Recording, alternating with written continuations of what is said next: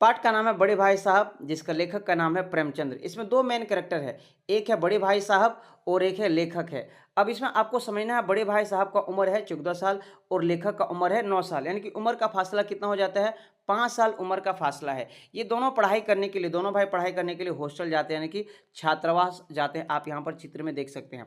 छात्रावास में पढ़ाई करते हैं, दोनों को पढ़ाई का खर्चा कौन उठाते हैं? इसके दादा उठाते हैं।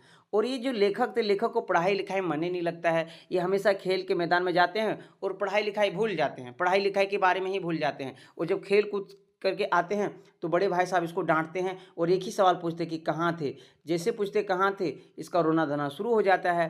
अब देखिए एग्ज़ाम का समय आता है तो और भी डाँटने लगते हैं, क्योंकि बड़े भाई साहब बहुत कड़ी मेहनत करते हैं, एग्ज़ाम पास करने के लिए मेहनत करते, कड़ी मेहनत करते। लेखक लेकिन खेल-कूद में, इसको पढ़ने-लिखने में बहुत कम ही मन लगता है।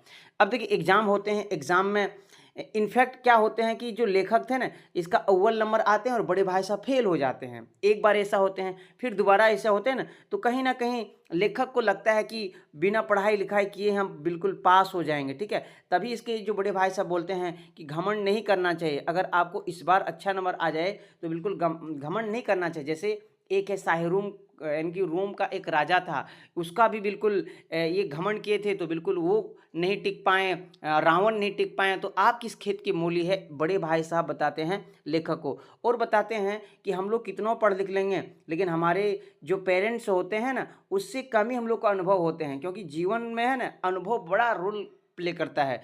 तो ये सब चीज़ें बताते हैं किसको? लेखक को, पढ़ने के लिए उत्सुक करते हैं। जब बड़े भाई साहब खाली रहते हैं ना, उस समय चिड़िया वगैरह का चित्र बनाया करते हैं कॉपी में, और बिल्कुल कड़ी मेहनत करते हैं, और 1 साल का काम है 2-3 साल में क्या करते हैं, बुनियादी मजबूत करने के लिए, क्योंकि फेल हो जाते हैं। बाय द वे हम लोग शॉर्ट एक्सप्लेनेशन समझ गए, अब डायरेक्टली